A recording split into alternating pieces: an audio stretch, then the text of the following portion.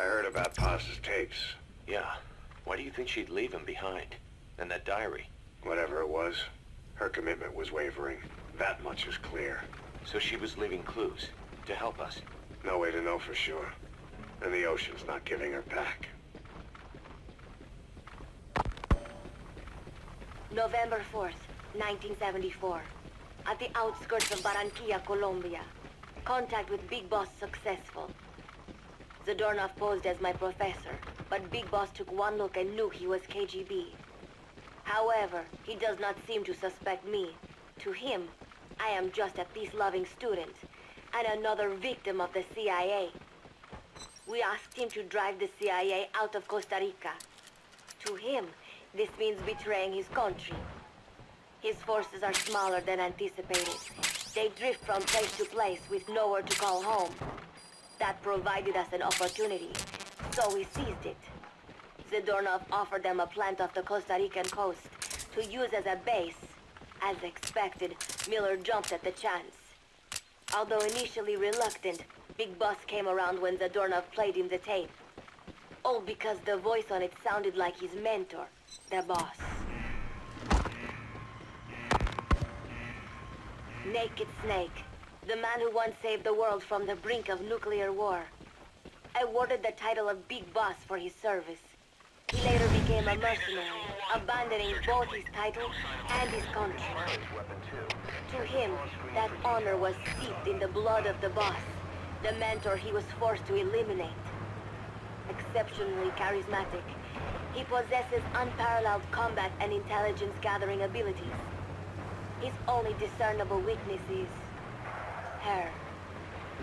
This operation hinges on how effectively we can exploit that. Kazuhiro Miller is Big Boss's lieutenant. Half Japanese, half American. He once served in Japan's self-defense force. Though he and Snake first met as enemies, they discovered a common bond and together built their private army, with Miller directing business and administrative affairs. He comes off as shallow, but his true intent is hard to read. I must be careful. All that is clear is his infatuation with Big Boss. What do you plan on doing? With East and West fighting over its control, Central America is now the most contested region on Earth. CIA Central American Station Chief Coldman has developed Peace Walker, a fully AI-automated, fail-deadly nuclear launch system with which he aims to reignite the Cold War. Snake's new objective in Costa Rica is to prevent that. Zadornov's, or should I say, the KGB's plan is to play the two sides against each other, turning the entire region red. Not one of the three parties realize they're all just pawns in Cypher's hands. Cypher watches all. You can pull him out too if you want, but just don't forget the target. Mother Base has developed rapidly since being established in the Caribbean Sea. They recruit more personnel daily, and already their mercenary services are turning a profit. Big Boss's leadership and charisma, and Miller's business acumen drive this impressive growth. Furthermore, joining forces with a faction of the FSLN has expanded their power even more. They have even commenced their own weapons development program. All is proceeding according to Cypher's will. I could not be more pleased. Snake's pursuit of Peace Walker led him to an AI modeled after the boss's thought patterns. It was incomplete, but, somewhat ironically, making contact with Snake was the necessary finishing touch. Meanwhile, the scientist behind Peace Walker's locomotive control, Huey, defected to Snake's army. His presence has greatly accelerated weapons development at Mother Base.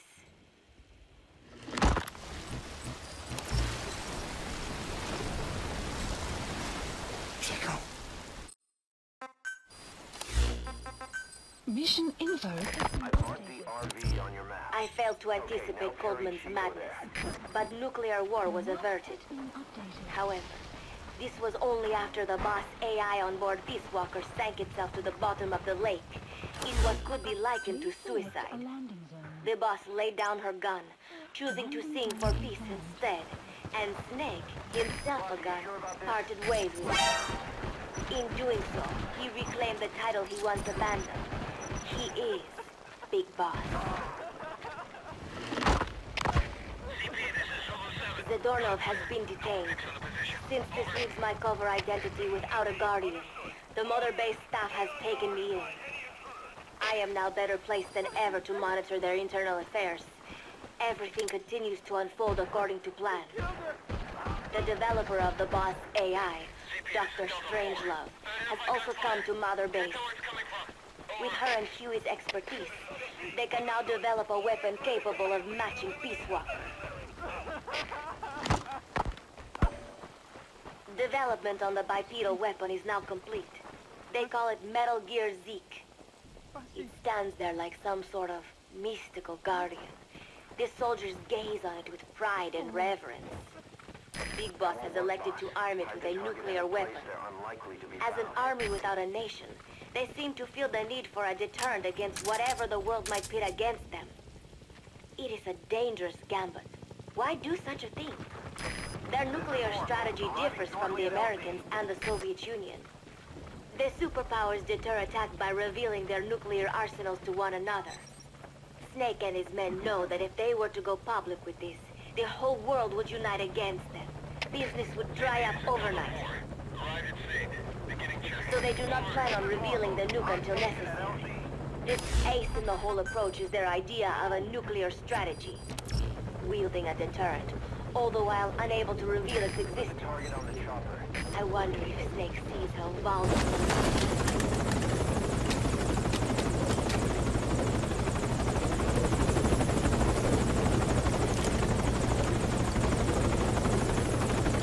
Chico's tape. Think it could give us a clue to Boss's location? Use your...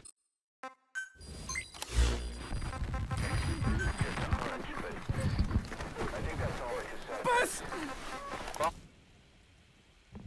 I heard about Paz's tapes. Yeah. Why do you think she'd leave him behind? To find Paz. If you're still not sure... Development on the bipedal weapon is now complete. They call it Metal Gear Zeke. It stands there like some sort of mystical guardian. The soldiers gaze on it with pride and reverence. Big Boss has elected to arm it with a nuclear weapon. As an army without a nation, they seem to feel the need for a deterrent against whatever the world might pit against them. It is a dangerous gambit. Why do such a thing? Their nuclear strategy differs from the Americans and the Soviet Union. The superpowers deter attack by revealing their nuclear arsenals to one another. Snake and his men know that if they were to go pop...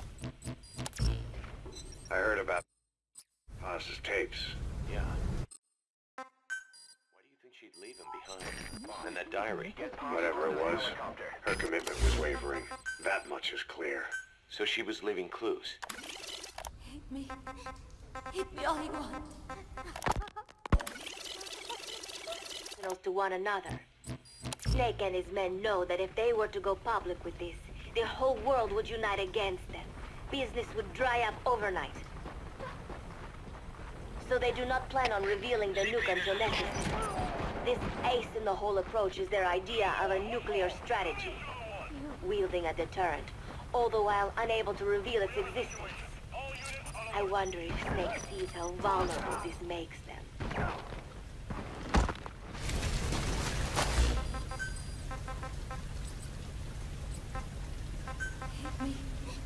Hit me all you want. CP, this is Delta 2. We've got unidentified gunfire. Yes. Location unknown. Hijack Zeke? Yes, I did indicate that to be our leverage. But I cannot imagine his agreeing to that now. But did you not raise them to safeguard your governance without borders? No, no. I have not forgotten. Cipher watches all. Landing confirmed. Stop. Roger that chopper request. It's headed your way now. Yes, things are proceeding, but modifying Zeke has not proven easy. I am using Zadornov to buy some time. No, I have not forgotten what you said. However, well, forgive me for asking, but this is you I am speaking to. isn't it? Cypher.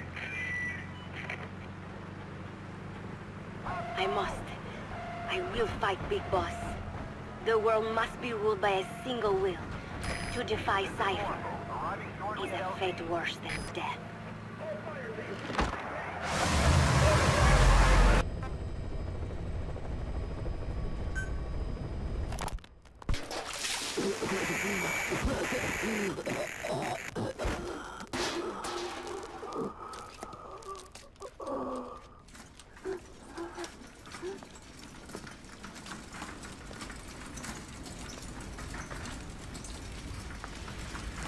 I needed this place to listen to the words people had to say. That's something they could never understand.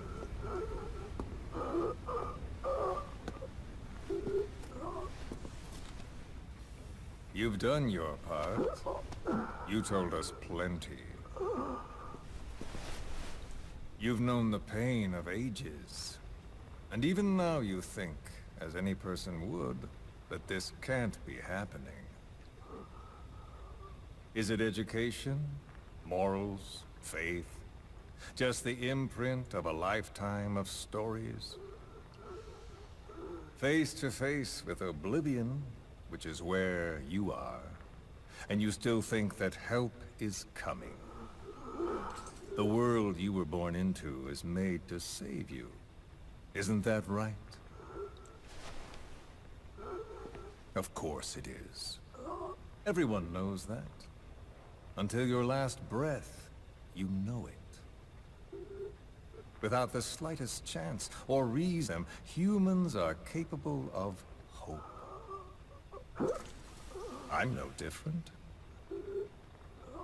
But for one thing, when my time came calling, I didn't die. My family died, my country died, but they didn't take me with them. All hell took from me was this skin, this outer peel that marked me human.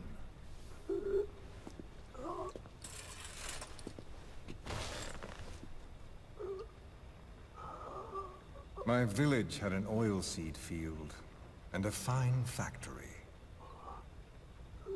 Every day, my friends and I would see our parents at work in that factory.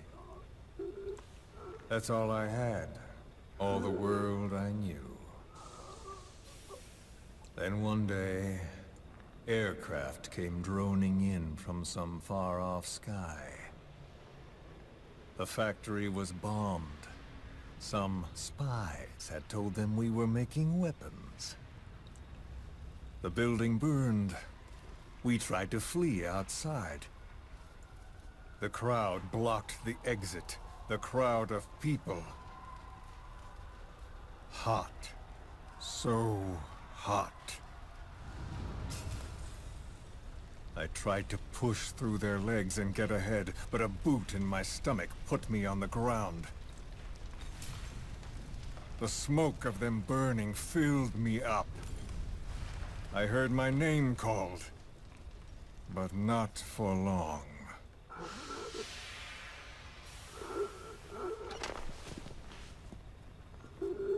At the infirmary they carried me to, a nurse in the corridor saw me and remarked, as if it happened every day, they should let the poor thing die. Those are the only words of my mother tongue I remember. It was the language of my village. Until foreign troops invaded. Then the last identity I had left, the words I spoke, were pulled from me. My skin would never feel anything again. This face would be burned again, in torture, at foreign hands. But I still writhe in that burning factory, doused in scalding rapeseed oil. That's all I have to feel, that pain. All I have to remind me I exist here.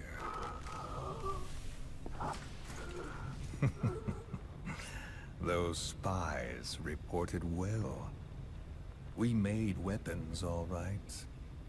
As cartloads of rifles came in from the battlefields, we fixed them up and sent them back out, so our country could win. Or rather, so that little world we knew could continue. I came to realize I mustn't die. I'm their last hope. All those who perished and left me here. I have to accomplish something. If I don't, their will be swept out of this world.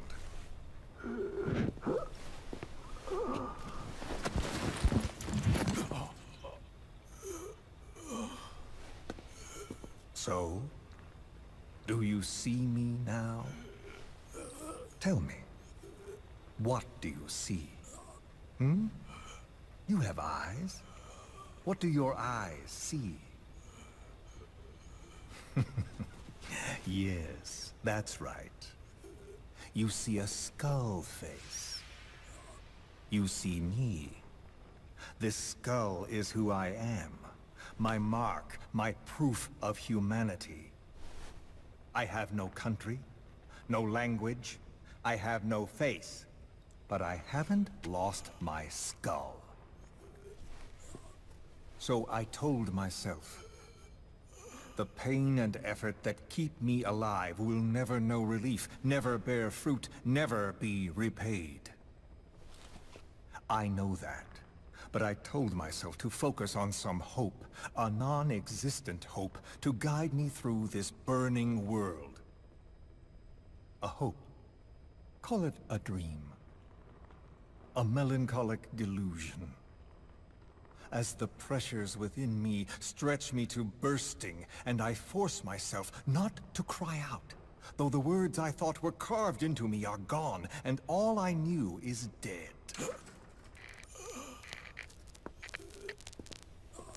I know how you feel. I've felt that. So show me